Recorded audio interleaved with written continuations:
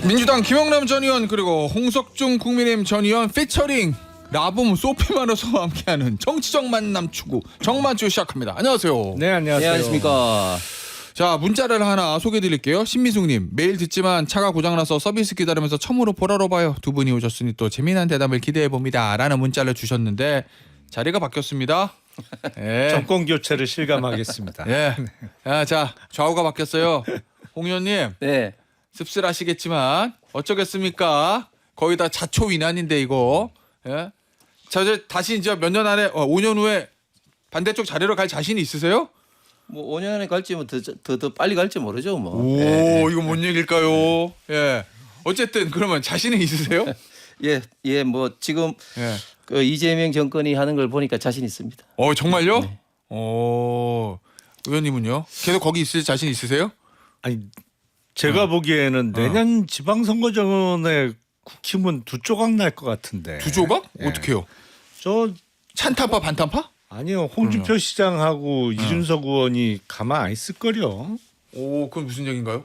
아마도 뭐 신당 만들어서 TK를 중심으로 해서 네. 거기서 거점을 만들려고 하지 않을까요? 잠깐, 요 얘기 잠깐 나눠볼까요? 만약에 그러면 홍준표 전 시장이 네, 들어와서 국민의힘 다시 입당은 안 할 거고 안 하죠. 안 하고 이준석 의원하고 뭔가 새 당을 만들든지 개혁신당으로 들어가서 뭐 새를 부리는 이렇게 한다? 그러니까 수도권에서는 힘들 거고 네. 아무래도 TK 지역에서 내년 지방선거에서 뭐 대구시장을 이기면 정말 대박인 거고 네. 구청장 한두 자리라도 해서 TK 중심으로 근거를 마련해서 재기를 모색하지 않을까. 그래서 영남 먹고 수도권 올라온다 이런 말씀이시군요. 뭐 그런 수도권 올라오기는 쉽지 그래요? 않겠습니다만 네. 이제 이른바 영남의 맹주 역할을 하려고 하겠죠. 옛날 자밀련처럼 그렇게 예. 해서 나중 다음 대선 때 뭔가 이제 키를 주겠다 이런 거잖아요. 아니, 그러면 대선은 안 되는 거지. 국힘 그래요? 안 그래도 안 되는데 그게 그래요? 영남에서도 쪼개지는데 되겠어요. 그냥 그 사람들 앞으로 먹고 사는 거지.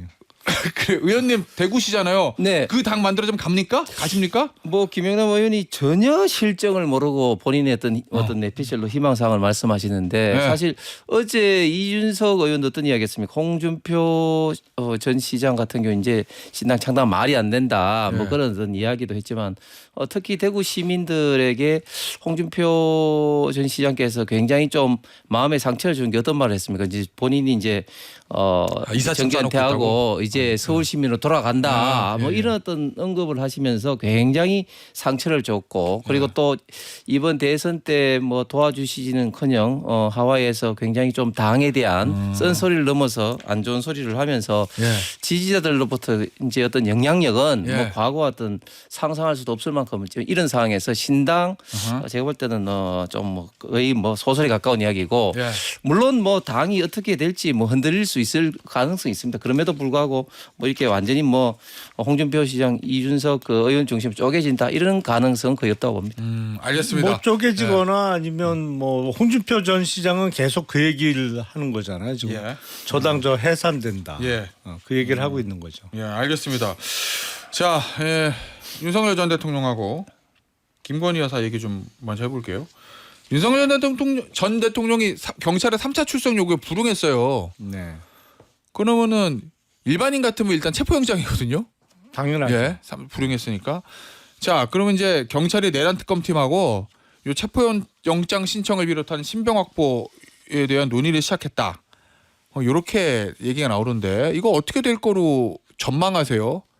당위의 측면이 아니라 전망은 어떻게 될 것? 조은석 특검이 어느 쪽으로 방향을 잡느냐가 중요하겠습니다만 예. 지금 하면 일단 특수공무집행 방해 혐의로 경찰에서 구속을 집행을 하고 예, 어차피 송치는 특검에 될 거예요. 예, 그때까지는 준비가 끝나 있을 테니까요. 예. 뭐 그런 수순이 있을 거고 아니면 아예 조은석 특검팀이 진영이 다 갖춰진 이후에 예. 그 사건을 송치받아서 아니면 딴 사건하고 같이 구속하는 방법이 있을 텐데 예. 그 특검 중에 사실은 윤석열, 김건희 두 부부를 어느 특검이 먼저 구속하느냐가 이른바 제일 큰 건이잖아요. 이 특검에서 수사하는 거 중에. 예. 그래서 조은석 특검이 본인이 좀 욕심을 내지 않을까 그런 생각도 들어요. 아, 조은석 특검이 아직 사실 특검팀 제대로 진용도 안 갖춰졌는데 김용현 전 장관 좀 추가 기소하는 거 보면 굉장히 빨리 움직이는 거예요. 그렇죠. 원래 일 욕심이 어마어마해요. 아, 원래요? 거기가. 예. 오. 그럼 어쨌든 경찰이든 조은석 특검이든 간에 윤석열 전 대통령 신병 갖고 할 거라는 거잖아요. 체포영장 그렇죠. 하고 아니 그리고 구속영장 안 할 까지. 방법이 없죠. 예. 저렇게 막무가내로 출석 불응을 하는데 예. 이거는 아무리 파면이 됐습니다만 어허. 고위공직자 출신으로 있을 수 없는 처신이에요. 사실은 국가기관에서 부르면 예. 나가야지. 그래도 국록을 먹었던 사람으로서. 자, 의원님. 네. 뭐 구속영장까지는 모르겠는데 법원에서 어떻게 할지 뭐 모르겠는데 영장실질심사도 해봐야 되니까 체포영장은 지금 상황에서 신청하면 나올 거거든요. 이거는. 그러면은 지난번에 체포영장 집행할 때 난리도 아니었잖아요. 막 의원들 가서 뭐 겨울에 그 추운 겨울에 한남동 가서 이번에도 만약에 체포영장 집행한다고 하면 국민의힘 의원들하고 지도부 아크로비스타 삥 둘러쌉니까? 뭐 지금은 그때 상황하고는 완전히 다르니까요. 어떻게 네. 될지는 모르겠습니다만 그런데 저는 특검과 지금 기존의 검찰 경찰 간의 좀 업무 분담이 좀 정확하게 해야 된다. 이게 네. 마녀 사냥이나 아니면 이제 그 수사권 어떤 남용으로 흘러서는 안 되는 거 아니겠습니까? 그런데 네. 지금 특검이 지금 이제 출범을 했는데 굳이 검찰 경찰에서 이렇게까지 체포영장까지 해서 할 필요가 있느냐? 예. 이것은 뭐 하더라도 특검이 이제 수사로 해야 될 사항이죠. 그런데 예. 굳이 경찰에서 이렇게 3차 출두 요구하고 또 영장까지 청구할 가능성이 만약에 필요하다면 특검에서 예. 이제 수사하면 되는 거 아니겠습니까? 자, 그러면 질문을 바꿔서 특검에서 만약에 체포영장 쳤다. 그러면은 예전에 한남동 싹 이렇게 보위하듯이 아크로비스타 그쪽 거기도 이렇게 국민의 의원들 가서 결사반대 이런 거 해야 된다고 보세요? 그렇게 아니면 그냥 그렇게 할 수 있는 명분은 좀 없는 것 같고 그러나 지금 특검에서 뭐 지금 이제 부르지도 않는데 체포영장부터 치지는 않을 거 아니에요. 그러니까 예. 예. 그러면 특검에서 나오려면 나갈래나? 안 나갈 가능성이 높죠. 그럼 또 체포영장인데요. 그렇죠. 도돌이표인데. 네. 예. 그러니까 어쨌든 아니, 그렇게 하더라도 국민의힘 의원들이 지난번 현직 대통령 때처럼 무슨 뭐 막아주려고 무슨 이런 거 하지는 않을 거라는 거죠? 그렇죠. 그런데 네. 특검에서 지금 네. 현재 그 요청 사항이 있으면은 제가 볼 때는 윤석열 전 대통령도 경찰하고는 아마 입장이 다를 수 있을 겁니다. 알겠습니다. 자, 김건희 여사 얘기해 볼게요. 김건희 특검법 지금 진용에 갖춰졌어요. 특검보 김영근, 박상진, 문홍주, 오정희 네 사람 아시는 분 계세요? 알죠. 오. 김영근 네. 박상진 네. 두 사람은 알죠. 그렇지. 동기 아니고 후배시구나. 동기는 아니고 후비죠. 한참 후배죠. 예. 박상진 차장이 아마 제 방에서 15했던 거로 제가 기억하는데 옛날에. 그래요? 예. 예. 알겠습니다. 이제 법조계 평판이 어떤가 해가지고 수사 잘할 사람들인지 공평 무사하게 그냥. 예. 그럼요. 예. 평판 괜찮고 열심히 하는 법조인이죠. 지금은 이제 검사 그만두고 변호사 하고 있지만. 예. 저도 이 네 사람 중에 아는 사람이 있는데 누군지 얘기 안 해야지. 제가 이따 끝나고 말씀드릴게요. 예. 자, 어쨌든 이거는 보도 보면 김건희 여사가 지금 서울고검에서 재수사잖아요. 발빠르게 도이치모터스. 여기는 응하지 않고 특검에는 응할 거다. 뭐 이렇게 얘기했다는 보도가 있던데 똑같은 검찰인데 왜 이건 어떤 의도에서 이런 거라고 보세요? 아니죠. 아니에요? 예, 일단 둘 다 응해요? 둘 다 안 응해요? 아니 그러니까 아까 제가 말씀드린 것처럼 기존의 경찰 검찰에서 수사는 제가 볼 때는 응하지 않을 가능성이 많죠. 왜냐하면 김건희 여사 건만 하더라도 이미 서울지검에서 이제 모임이 종결된 상황 아니겠습니까? 그렇기 때문에 서울 고검은 응하지 뭐 제가 볼 때는 안 하고 재수사 특검은- 명령이지만 일단 한번 종결된 거니까. 예. 네. 특검은 또 차원이 또 다른 이슈니까. 예. 그래요. 예. 의원님 어떻게 보세요? 김건희 여사가 아니 도이치모터스 의도하는 거. 주가 조작 사건은 종결된 적이 없어요. 그러니까 서울중앙지검에서 무혐의 결정을 내렸는데 그거에 대해서 항고를 했고 그게 받아들여져서 서울고검에서 지금 재수사를 하고 있는 중이기 때문에 예. 종결된 적이 없어요. 자, 그런데 그러면 어쨌든 서울고검에는 응하지 않고 특검에는 응하겠다라고 하는 이유는 뭐라고 보세요? 특검에도 말이 그렇지 응하겠어요. 그때는 몸이 아파서 못 나간다고 하겠죠. 시간 벌기다 예. 그러면. 예. 그러니까 입원했겠죠. 일단은 지금 소나기는 피하자. 예. 그때는 그때 가서 또 피하면 돼. 뭐 이런 거. 그러니까 특검에서 만약에 소환 예. 요구가 들어오면 예. 몸이 아파서 지금은 안 된다. 예. 지금 계속 그런 식이잖아요. 예. 대선 전에는 선거가 있어서 안 된다. 뭐 계속 핑계거리를 만들어내고 있잖아요. 예. 그리고 의원님, 저 녹음 파일 공개된 거 보셨죠? 네네.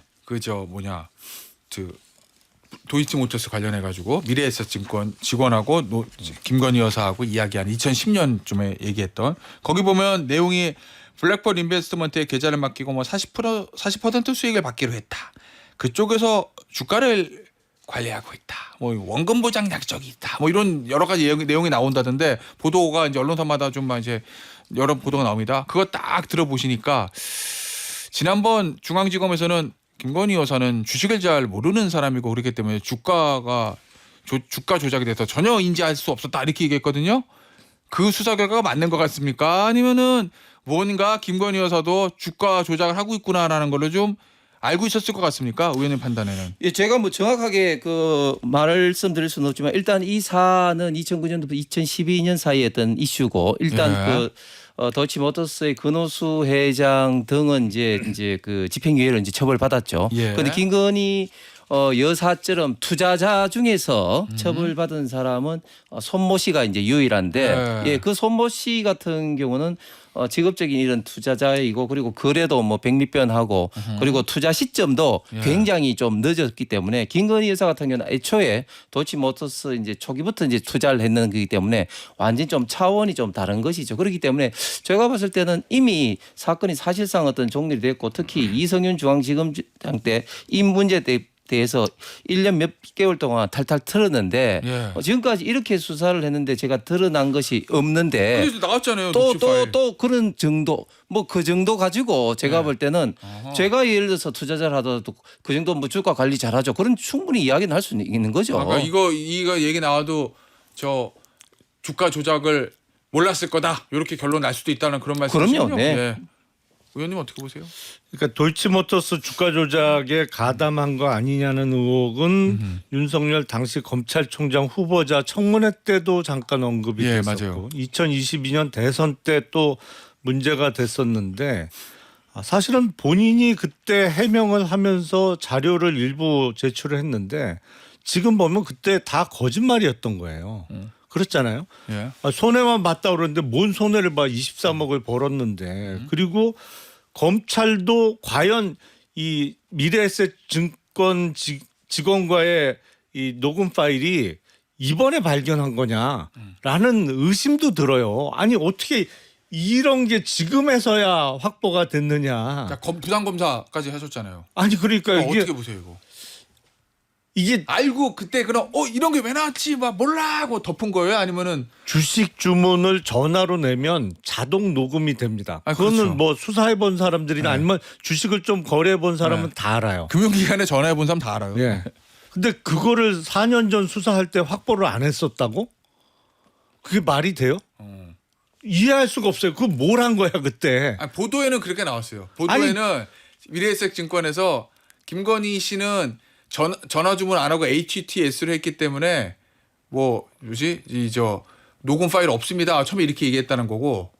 미래에셋에서 아니, 왜 보도는 그렇게 거짓말을 나오더라고요. 하죠? 예. 그러니까 그게 말이 안 돼. 앞뒤가 안 맞아요. 예. 그러니까 그 전에 확보했다가 뒤늦게 발견한 것처럼 보도가 난 건지 예. 아니면 정말 이번에 발견한 건지 모르겠습니다만 예.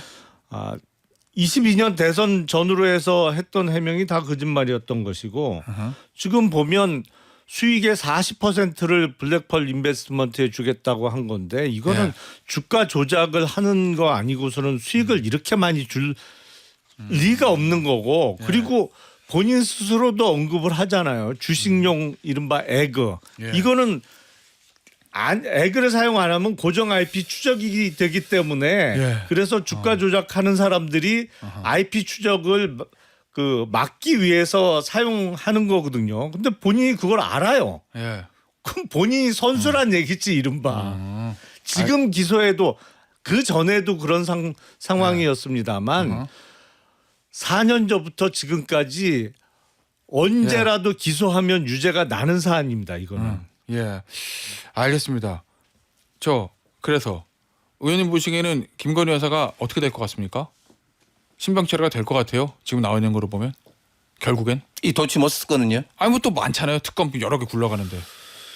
그는 뭐 특검에서 수사를 이제 진행해서 이제 상황 따라 이제 봐야 되겠지만 사실은 뭐 도이치모터 건도 그렇고 명태균 건이라든지 다른 건에 대해서도 현재까지 드러난 것으로는 저는 신병 처리는 어렵다고 봅니다. 그런데 지금 특검이 하는 어떤 행태를 보면 딱 이제 답을 정해놓고 움직이는 것 같아요. 특히 예. 이제 조은석 특검 같은 경우 이제 뭐 준비하는 기간임에도 불구하고 예. 김영은 전 장관에 대해서 추가 기소를 하면서 지금 구속영장 청구를 했는데 과연 이런 식으로 본인이 조은석 특검이 수사도 하지도 않고 기존에 있는 경찰 검찰 등 수사 자료만 보고 이런 식으로 판단을 한다는 것은 이미 답을 정해놓고 지금 움직이는 게 아닌가 예. 이런 우려를 할 수밖에 없는 거죠.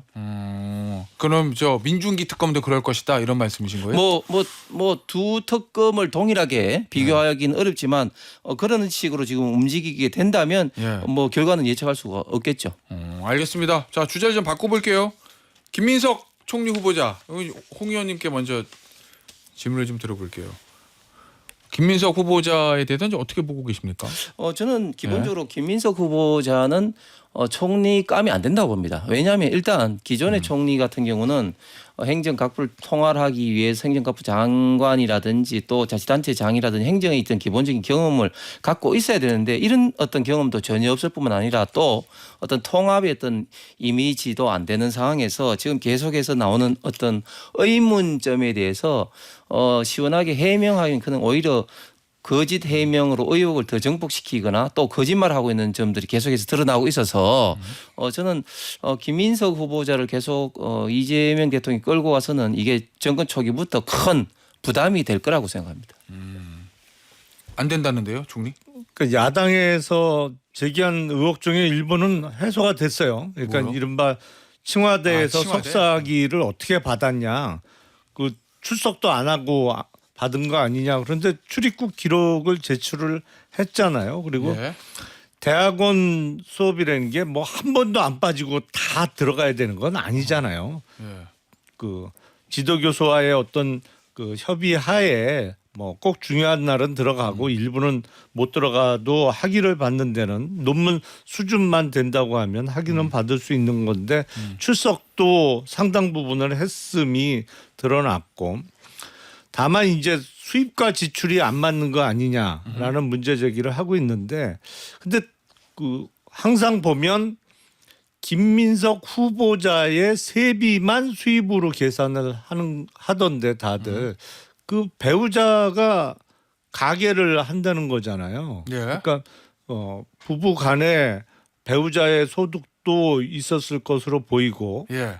그래서 24, 25일 날 열리는 청문회에서 후보자 본인이 적절하게 해명을 하지 않을까 싶습니다. 그래요? 예. 네.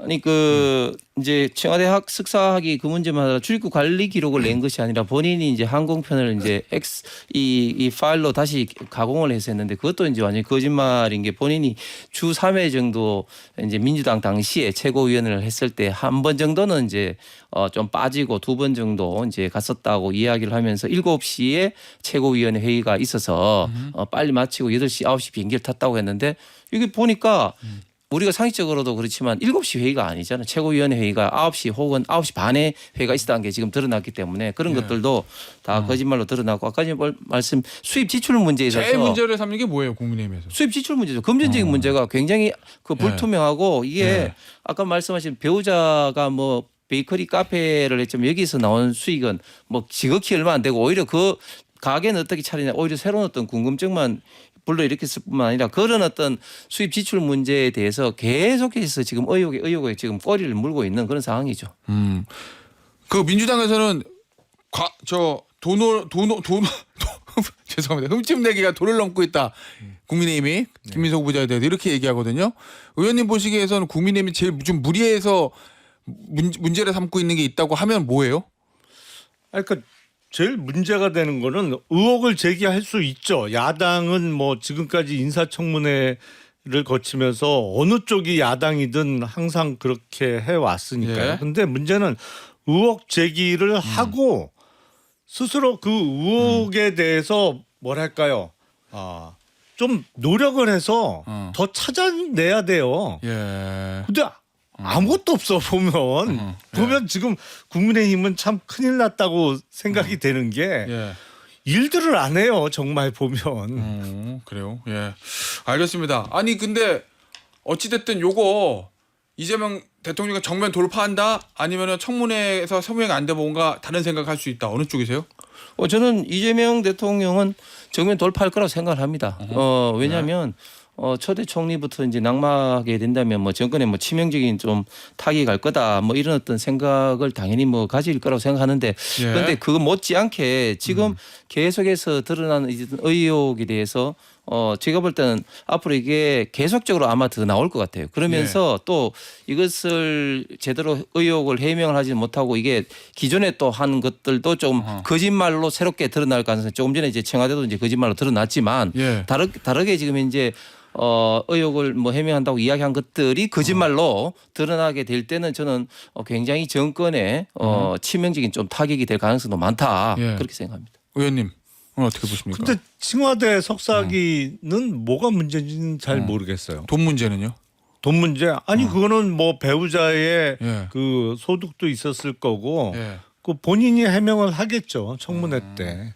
청문회에서 만약에 말끔하게 해명이 될 거다. 만약에 말끔하게 해명이 안 돼도 이재명 대통령은 정면 돌파한다. 안 한다.